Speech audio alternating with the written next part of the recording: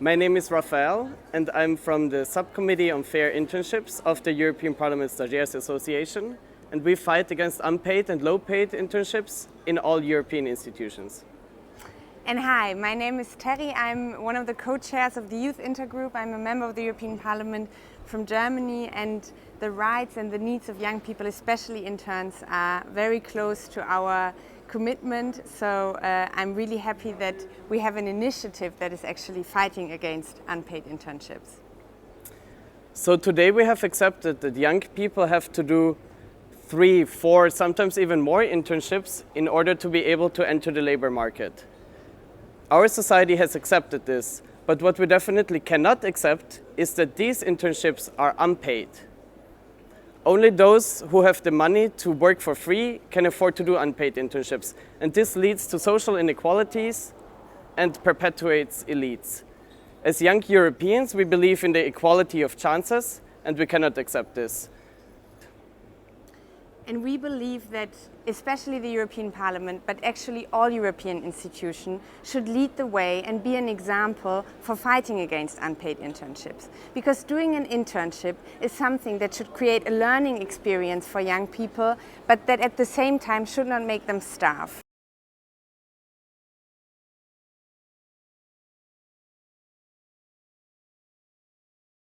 So, in brief, let me tell you, in the last 7 years, almost 7 years that I have been in this parliament, I've already had 27 interns. And it goes without saying that all my interns have been paid. Of course, in times like these we live now, young people are the ones most affected by unemployment. So the European Union must be a role model for the way interns are treated. Now, our responsibility is to give young people a chance. Offering unpaid internships brings young people in very difficult situations, and it selects only those who can afford it. Now, therefore, I fully support that all internships in all European institutions have to be paid.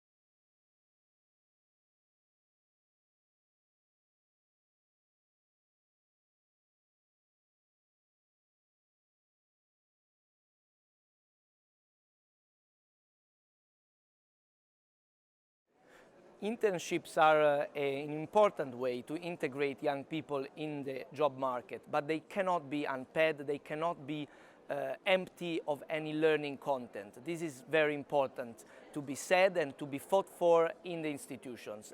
This is an important fight for us. Many MEPs are committed to this. In all the occasions that we can, we push for that in cooperation with the European Commission and with the other institutions and with the European Youth Forum that has been a long-standing partner on this fight. My name is Janis, I'm 22 years old. I'm currently doing a master's in economics at the University of Freiburg in Germany. I'm doing a traineeship at the DG competition. The team is great in supporting me in my work, and they do everything in their power for me to have a good time and be integrated in the actual work that they're doing as well. So I wanted to get an idea of how the EU institutions were working practically. So I didn't really have any concrete idea of how this whole EU machine was functioning, and I decided to choose something that was close to what I was studying, so economics in this case. And the DG where I work, we do a lot of legal work as well. So it's a combination of kind of legal and economic work. I believe in the European project. I believe that what we're doing in the EU institutions is a great thing. And I wanted to contribute to that and see if this was potentially something I would do for the rest of my life. My traineeship in particular lasts for 5 months. So I started in March and I'm finishing in July. And I'm not getting compensated for it in any way. So I'm not getting paid, I'm not getting university credits for it, I'm not getting discounts on my lunches, I'm not getting any rent subsidies, so I'm getting nothing for 5 months. And the fact is that many students and many young people who are in my situation, academically but not socially, could not afford to do such a traineeship for such a long amount of time. And in that sense, I'm not okay with the fact that I'm not paid for 5 months, because we need to, as you know, EU institutions provide the same access to such internships to everyone, so that everyone has the same opportunities, everyone has the same chances to basically do what I'm doing right now. So my rent is around 425 euros, and I think that's quite a standard price in Brussels.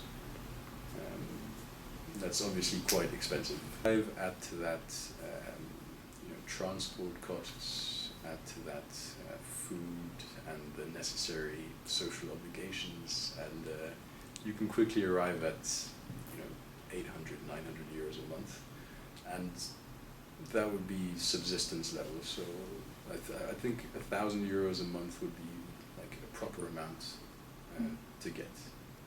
And I'm lucky enough to have parents who can afford to keep on providing me with this financial support. But again, many people don't have this luck, don't have this advantage, and this is where my complaint lies. I think doing a traineeship in the EU institutions is an invaluable experience that you can't really put a monetary value on. But one small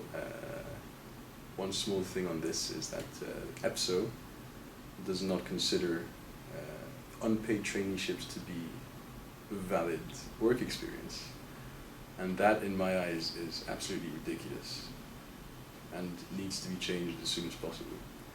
Because we do the same work as the paid trainees do, we work the same hours that they do, and there's absolutely no valid reason for us not to be, for what we're doing, not to be considered as a valid work experience. But the fact of the matter is that for most unpaid trainees who arrive at irregular times, they don't have this automatic access to all the same information.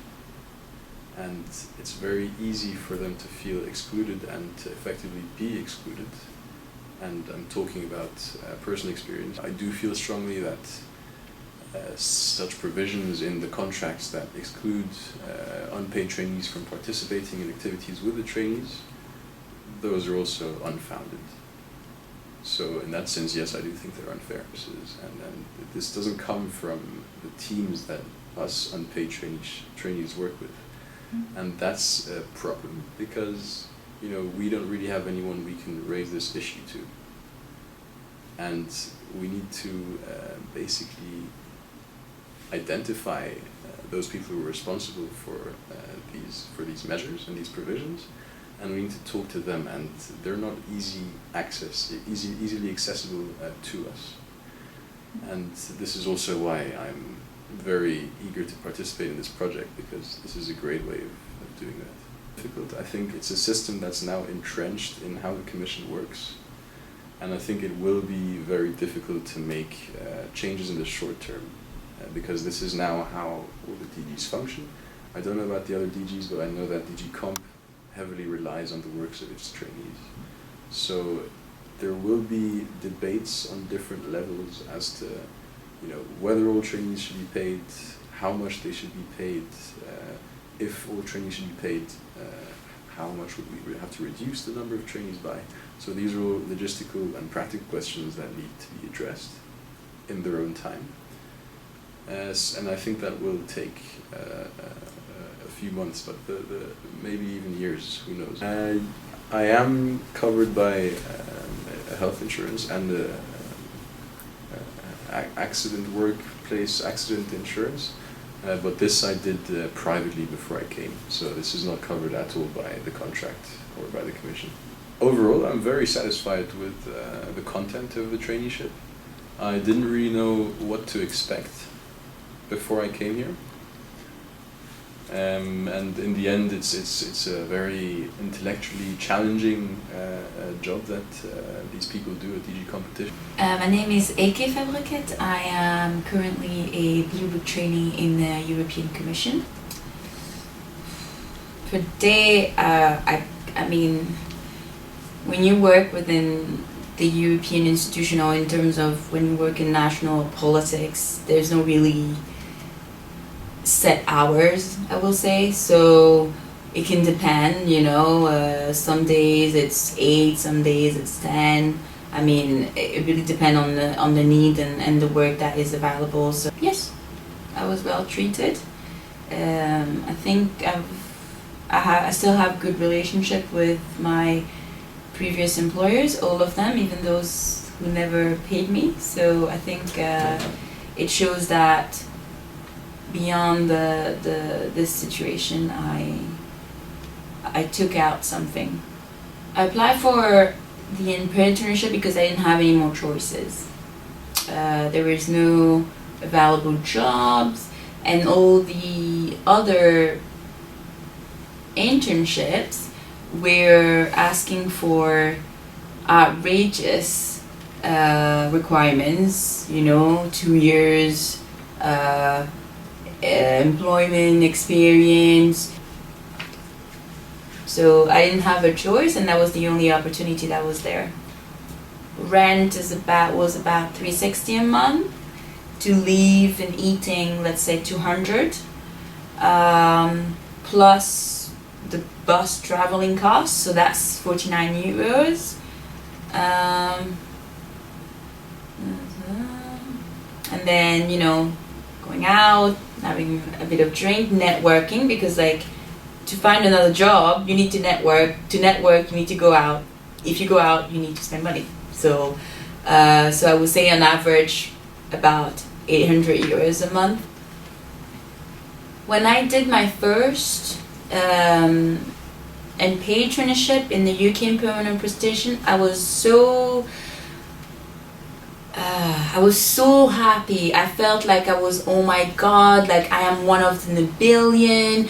They love me. I am so lucky to get this internship, this great opportunity. I was like, yes, it's unpaid, but it's okay because I've got the subsidiary, like the subsidies from France and from Erasmus Plus, so I can handle it. That's fine. I can take this opportunity, and it will open loads of doors. So I was like, yes. Then I had to do another unpaid internship. That time I was not really happy about it because I felt like, well, okay, I've sacrificed myself for 7 years. I studied for 7 years. My parents, my mom sacrificed herself for 7 years. So and it's not just like I just haven't only like studied in France. I've studied in the UK, I've studied in the US, I've studied in Greece, so I have traveled. So then to make sure that I have the perfect CV which reflect perfectly the type of environment I want to work in, and show that, oh, I have a global and international vision and understanding job. And now I'm in the position that I have to go backward and accept not to be paid, to be treated like I am some new person that doesn't know anything, to be basically used for free. You know, this is like a new type of slavery, to be honest. So, but the good thing is, without being paid, I learned how to do a lot of things by myself. Like, you know, you count every penny, you know, 1 penny is like, okay, I was like in my head, I was like, with 10 cents, what can I do with 10 cents? I can do a lot of things with 10 cents.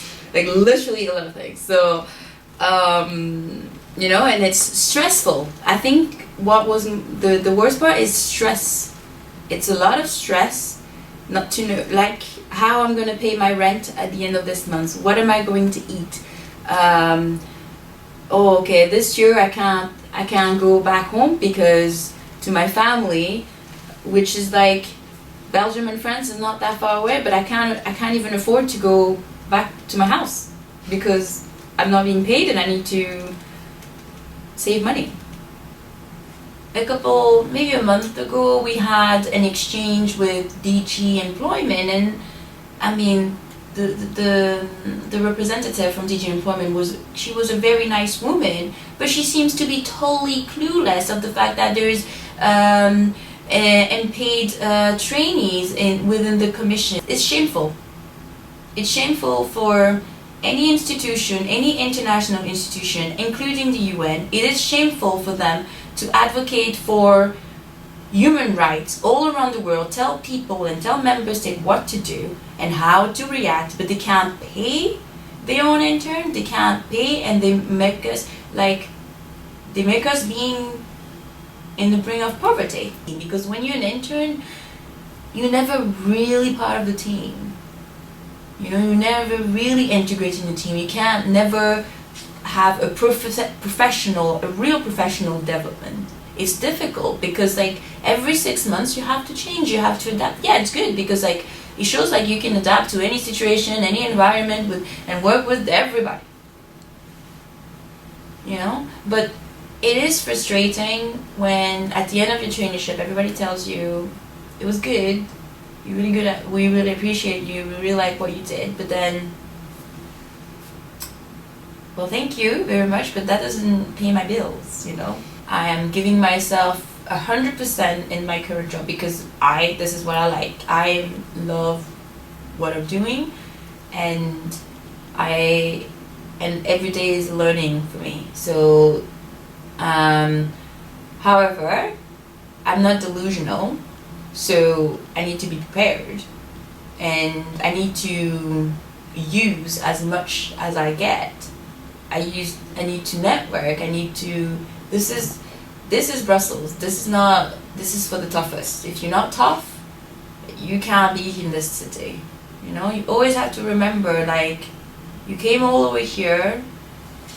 You are valuable, and I think that's one message that if I were to say anything to any person that just graduated and was thinking of doing an unpaid traineeship.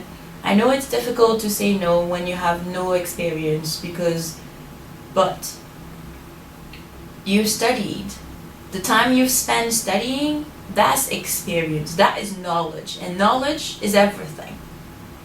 And then because you've got this new knowledge, then you have a new vision, you have a new position, you see things differently. And if you see things differently, then you have an added value. We need to change the way we do things. I believe we need to advertise more for having traineeship being part of the education system, so that will provide the experience and our youth ability to do entry-level jobs. And then the EU needs to step up. The EU needs to actually stop to have unpaid traineeship within the institutions, all of the institutions. It needs to stop because we can't go on like this. How can you tell member state not to do it if you do it yourself? You know? And it's the same messages for all international organizations, i.e. the UN. You can't pretend speaking on behalf of human rights but then not being able to pay your own people. When I know it's tax-free. Should you start? Start.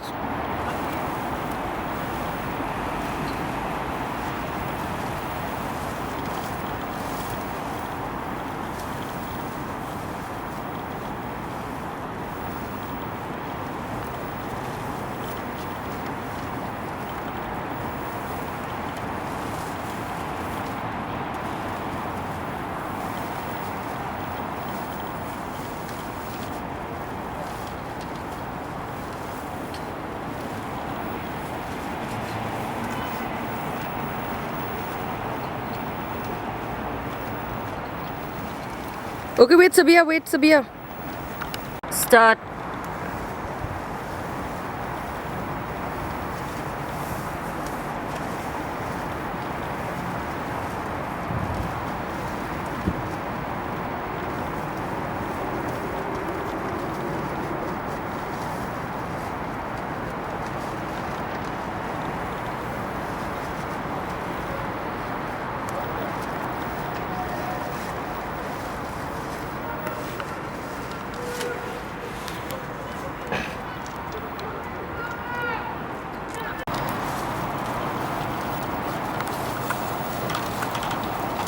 Okay?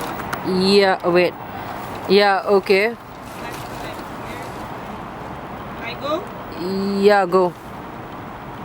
Oh! Go. Start.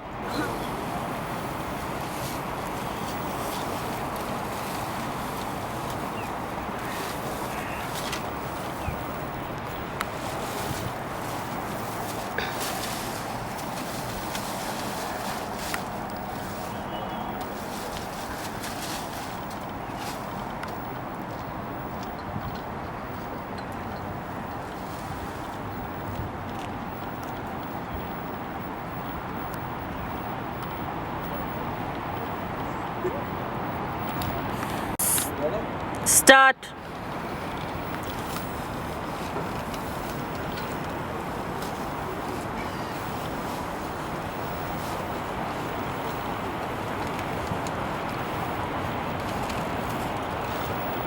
Ça va? Ça va. Tranquille. Ça va tranquille. Oh shit. Non. Ça va?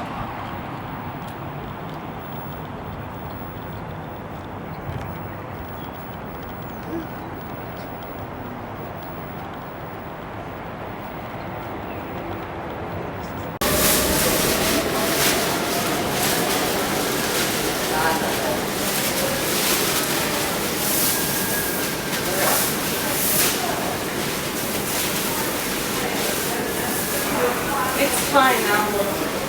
Cut. Cut. Okay.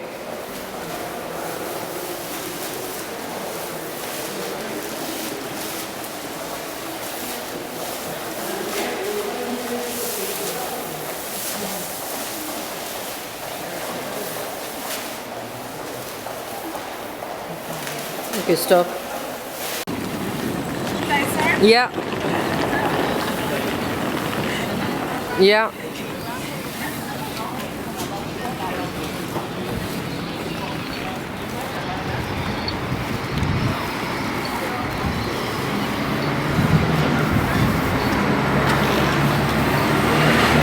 Stop.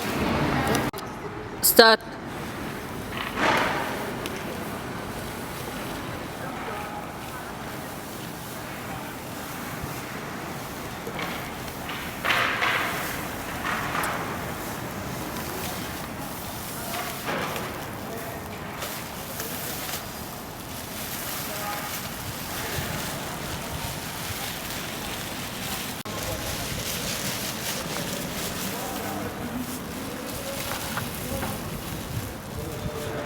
Start.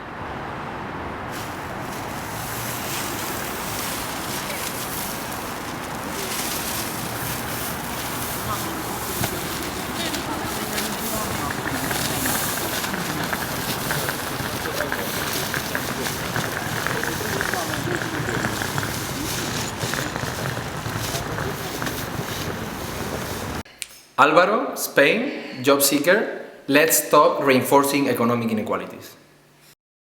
Leo Badonna.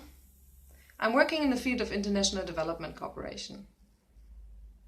Unpaid internships are problematic because they promote structural inequalities, and not every young professional can work for free, which is why fair internships are very important.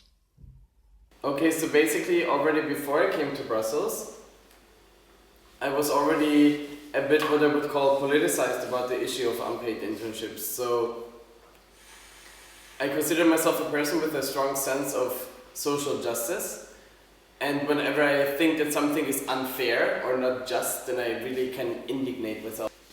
So I remember walking to work one morning when I was thinking about founding this initiative. No, really. And then I met one of my colleagues, Leoba, on the way, and I told her about the idea, and she was also really passionate about the issue. She had already worked with the Fair Internships Initiative in New York that is battling unpaid internships in the UN. And she was also really on top of the issue, and she was really also passionate to found something like that. And so that was basically the start of it. So us two talking about it and saying, okay, let's do something here as well.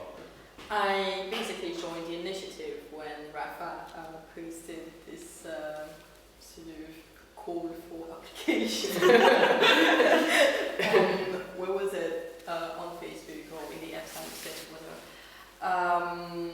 And I immediately seized the opportunity to actually join this group because I did 2 unpaid internships in the past, and one was actually in the EU delegation and the second one was in Brussels in a think tank. And I do believe that although these are valuable learning experiences, I don't deny it, but obviously it's unfair because I could afford it because I had a scholarship, but I'm very much aware of the fact that at the same time not everyone is equal when it comes to scholarship. It depends on where you come from, which university you've been studying in, which country. Not everyone can actually get a scholarship. So yeah, obviously that made very much sense to me to join this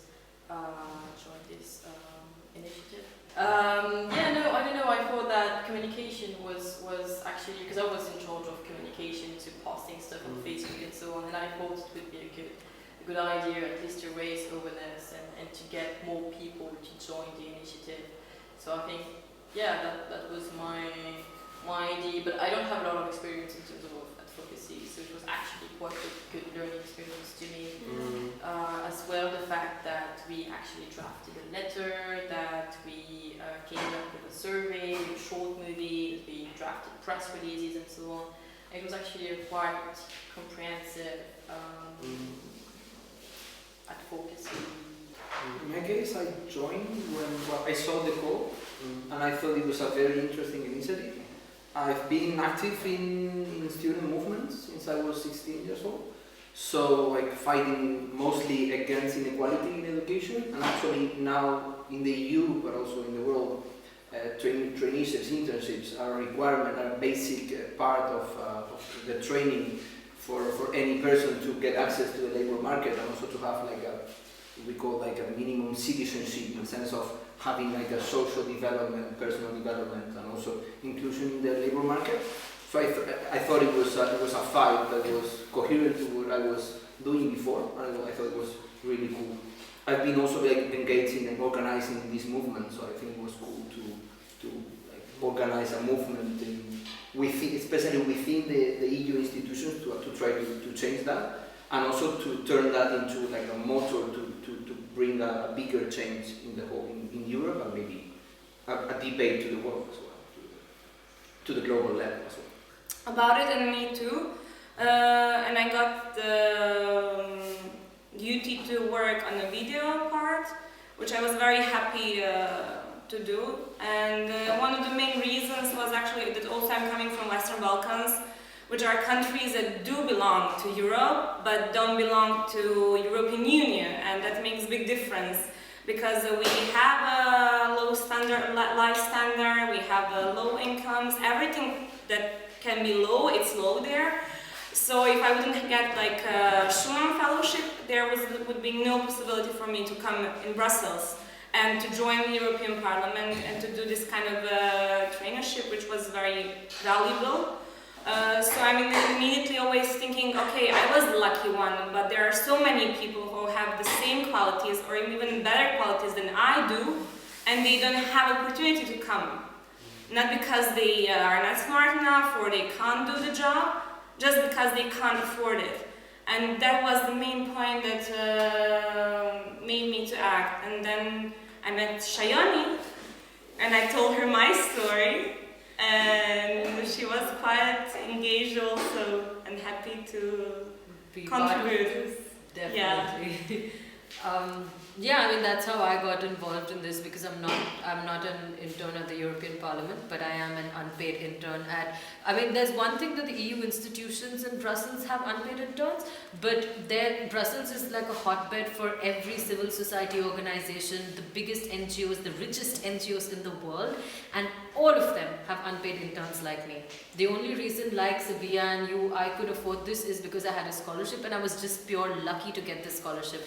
But then the problem becomes bigger at the policy level, where you're talking about development, where you're talking about Africa, you're talking about India, you're talking about the global south, and you have no representation from these people because we cannot afford to access these job markets.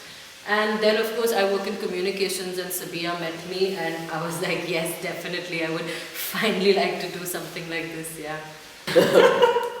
Hey guys! Hey!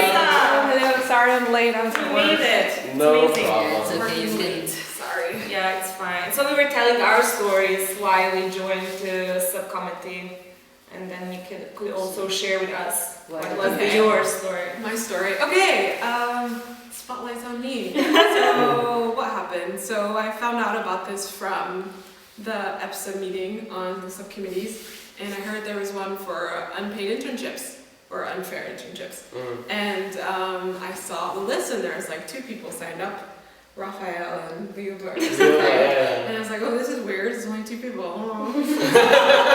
So I just decided to join on a whim because I've done unpaid. You felt pity for Raphael. so much pity for him, as well as for all the people who have done unpaid internships, and not everyone has the support from their families, and it's really bringing social inequality higher because it's just kind of elitist. We met and we came up with a plan, and things started going from there after the first meeting. It was with Bingo, right? Yeah. And it was sort of just me and you, and I felt like there's so much information, and after that I was really motivated, like, how do we do this? Exactly, it was good to feel that there were already other people that were working on it. Yeah, because I mean, this shows how many people have been through this before. There are thousands of people, students, graduates have been through this before. So when you just needed to spark this, and once you did, you had the support because nobody wants to go through this again. Yeah, exactly. No, for me it was just amazing how each of us here, we really got passionate about it, and we really stick to it, and we really did some amazing things. Yeah, to be honest, also the spark for me was also in this first meeting. Yeah, definitely. Because some people like Bryn from Bingo, he was so passionate about the topic. He was so good about talking about it. And he was like all the way like, no, and these unpaid internships will come to an end, you will see, and it's good to be involved in this fight, so keep it up, and it was really good because it also gave me the impression that people were really organized around the topic. I think one of the cool things that we were successful was in having different tasks, distributing the tasks in a way that everyone was happy, and there were many things to do, but we got to do each of us cool things and things that we like. For instance, like Elodie was working pretty hard and pretty well, I think, in communications. Communications had Elodie say something. So what about communications? Yeah, I think I agree with Ivar when he says that the labor division was really good. Well, I was in charge of communication, which implied Facebook posts, press releases, drafting articles for EU-related newspapers. I think there was good coordination too with other organizations like the European Youth Forum, for example.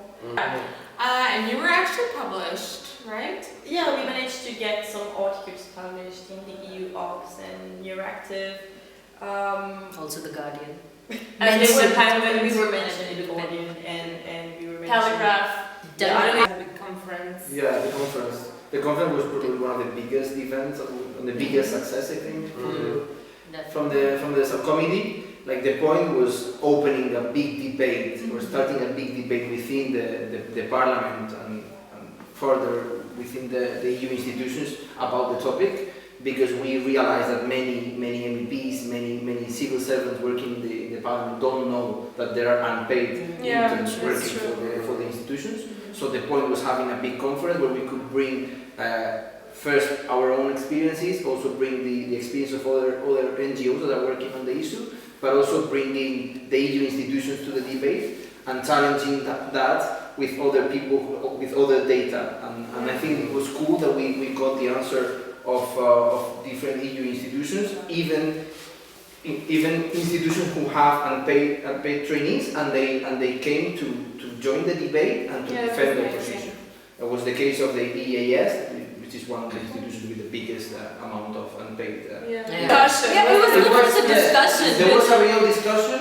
We got MEPs, we got people from the Ombudsman, from very different EU institutions, also HR departments that normally are not aware of what is going on or don't know how to deal with it. Also in the debate we had like civil servants working on HR that wanted to get involved to change the policies about internships that they have in their institutions, and there was a real debate about why we need to work on this. So I think it was very successful. Also we had many interns engaged in the debate, very actively debating. Also MEPs from different political groups, which is also a huge success. And that was a kickoff, because then afterwards we got other political groups to get involved. Even we also got vice presidents from different political groups to engage in the and that's a big success. It was a big success. Yeah, but I think it was very good to have that input. We also had it in the conference, that this short part of the video. It was great because we had the real experiences, the real problems that they were facing. And we could confront that with the debate that the politicians and the institutions were having. And the tricky thing with the EAS is that the EU is not only doing it within the EU, it's also doing it in all around the world, including developing countries. So you are giving these internships in your delegations only for the well-off families in developing countries, in countries that have very high inequality. You are even fostering more inequality. So there was.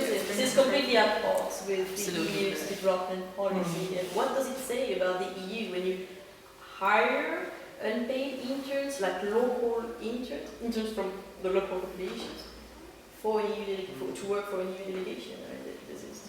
And I think it was cool that you also got people with different backgrounds and from different institutions. And political parties. That's true. Different profile, different types of interns. That was the aim, kind of, so we can present all each angle, each picture of each intern. So it's not only Parliament, it's not only Commission. It's from each institution you have this kind of inequality and unfairness. Yeah, and also we could broaden the debate in the sense that you also brought the issue of the working conditions. It wasn't only the fact that they were unpaid. It was also that some of them were working in the IT office with their own computers. My issue is how these internships are completely replacing the entry level. Absolutely gone. Absolutely. Internships or 3 to 5 years experience. So that means 3 to 5 years of unpaid internship. I mean that means that only certain people can afford it and afford to enter certain kind of fields. But also many organizations actually do not recognize internships. That's one of the biggest problems. Professional experience. So you do like 3, 4, 5 internships. It takes you 2 years, and then after that, well, it's still not considered as. That's a problem, because you're doomed to do internships, and after you do it, you still can't find a job. But I think what you said is pretty important. In certain fields that are actually very relevant, because it's international politics, for instance. So if you look at issues of power, like issues like there are certain fields where very important decisions are being taken. Like only certain people are gonna get them. Yeah, I think one of the good things about this initiative was also that we managed to ensure continuity with it, because we got the youth intergroup of the European Parliament on board, and they actually hosted the conference together with us, and they launched a campaign now on the issue, which is really good. And there's also a lot of political commitment. So we have 2 vice presidents already on board, from the Greens and from the EPP. And the President of the European Parliament publicly said that he commits to abolish unpaid internships in the European Parliament. So that is also something that is already a positive sign. So I think that really means that we have to ensure that this goes on and this is carried on by other interests that come after us. Fighting. We have Rafa here. He already has a job and he's still without. Rafa, you're gonna keep fighting for that because my I think No, that's really something crucial as well. Like when you get a job, also not to forget what it is to be an intern, Where you what it come feels from, like to be an Where you intern. come from, No, yeah. it's really important because only because you're not an intern anymore, it doesn't mean that this issue doesn't concern you.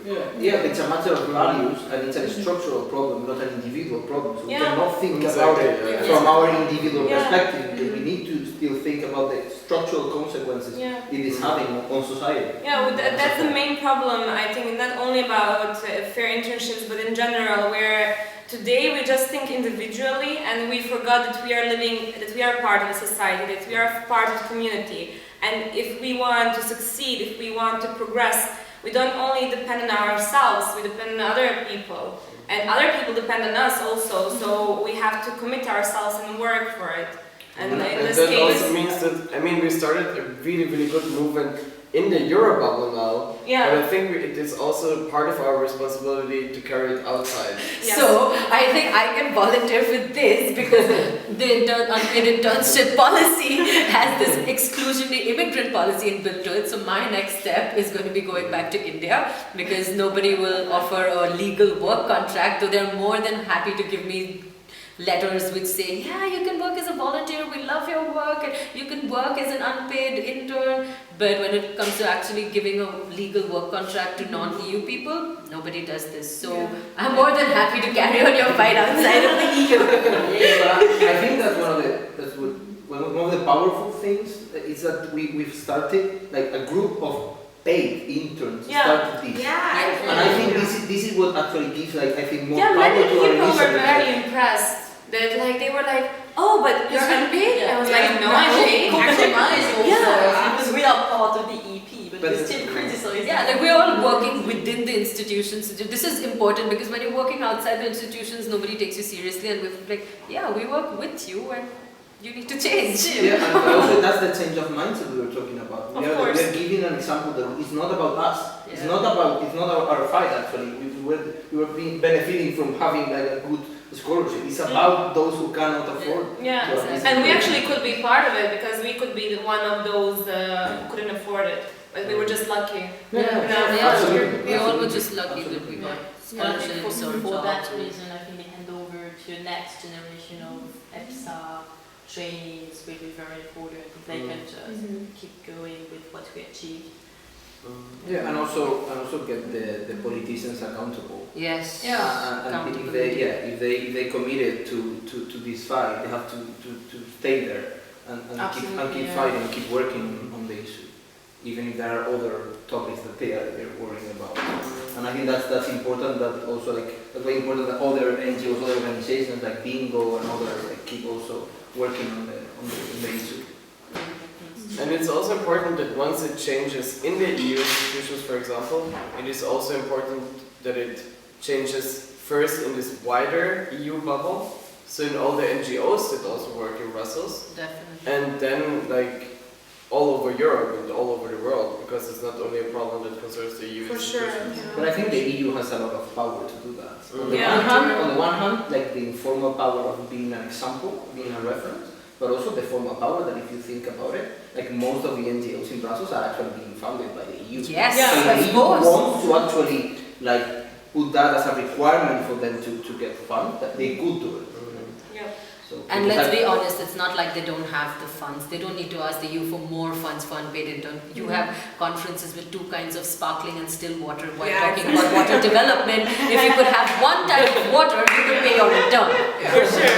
For that. But also That's it's not a matter if they can afford it or not, because if you want the job done, you need to pay for the work that is being done. Yeah, I once heard 2 people talking on the street, and they were saying, yeah, like I need this project to be done, and I'm hiring a consultant, and the other woman said, well, why don't you just get an intern? It's like, it's super cheap, and they're super qualified usually. Unpaid labor. Yeah, and also what I'm worried about is that it doesn't affect their public image. The fact that they are having very prestigious organizations are doing this, and that doesn't affect their image. Like they're not. And the crazy thing is, I mean, I studied human rights, and I wanted to enter the human rights field, and almost all of the big human rights organizations do not pay their interns. For sure. And that is something that is just crazy. Yeah, so I'm just super excited that we're also working on this. It's great to be working with such amazing people on such a topic that really hits home for a lot of people, and I'm really excited to see what happens in the future. I think it's only the beginning. Yeah, for sure. We are going for this. Till the end. Till the end. Yeah, until we eradicate unpaid internships. Yeah. My name is Nikolai. I'm 25 years old. I'm from Bulgaria, law graduate. Currently, I'm doing the Blue Book traineeship. I've been a trainee for 8 months with an MEP at the European Parliament, and I was unpaid. I'm a trainee at the council and I'm unpaid. I am an unpaid unknown. I'm an unpaid trainee for an MEP of the European Parliament. So basically, throughout these 4 years, I managed to do 12, as far as I recall, unpaid internships. Well, I sometimes ask myself when it would start that I can say, okay, I'm doing a job and I'm actually getting at least so much out of it that I can pay for myself. What can I say? And at some point, I totally lost trust in humanity, to be honest. Especially when I took a look back and realized how much effort I put in that. My father, he has to pay my rent, and he also has to give me some money. And I don't like to be dependent of my father, and I have 2 older siblings, so he also has to spend a lot of money for them, and I kind of have a bad conscience about it. The EEAS employs over 700 unpaid interns a year, resulting in hundreds of thousands of hours of unpaid labor. Despite the EU supposedly championing human rights and fair working conditions, this policy is elitist, exclusionary, and unacceptable. Hi, my name is David Leo Haidt. I was an unpaid intern at the United Nations in Geneva. Not many leaders will publicly defend unpaid internships. They're almost undefendable. They're elitist, they're discriminatory, they're exclusionary. They need to come to an end. So I think it's really important, the role which movements like the EPSA subcommittee and other groups play, because they make sure that these leaders who might publicly say they disagree with unpaid internships, they make sure the leaders actually enact change, a change in policy. In my office, there are some problems because we are 3 trainees and we don't have an office for ourselves, so we always have to work in the ITech. His assistants try to explain to us that they want to show more people some side of the parliament, and that's the reason why he has 3 interns, and if he would only have 1 intern, he would pay him or her. 2 years ago, another unpaid intern laid a complaint against the EEAS with the EU Ombudsman, a complaint that still hasn't been resolved over 2 years later. The Ombudsman has now called for a meeting with the EEAS to discuss this issue. I hope when they meet that the EEAS listens to our voices, and the voices of the millions of young people who want experience working within the EU institutions but cannot afford to work for 3 months on end. And we really hope to see all these others change, whether it's the UN, whether it's the European Union, they've got some institutions still not paying, whether it's the Council of Europe, Amnesty International, Human Rights Watch, I mean the list goes on. These are organizations which should be standing up for our human rights. So we really need to see them change.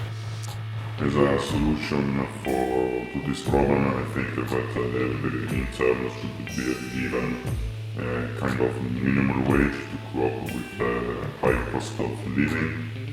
Well, one solution for me would be that there should be an adoption of the principle for all the institutions of the European Union representing the values of the European Union to say we do not have unpaid traineeships. The young people of Europe are facing a severe ongoing unemployment crisis. Unless the EU steps up and starts to stand by its own values regarding youth employment and quality internships, then we risk having our entire generation lose faith in the European Union as a viable institution.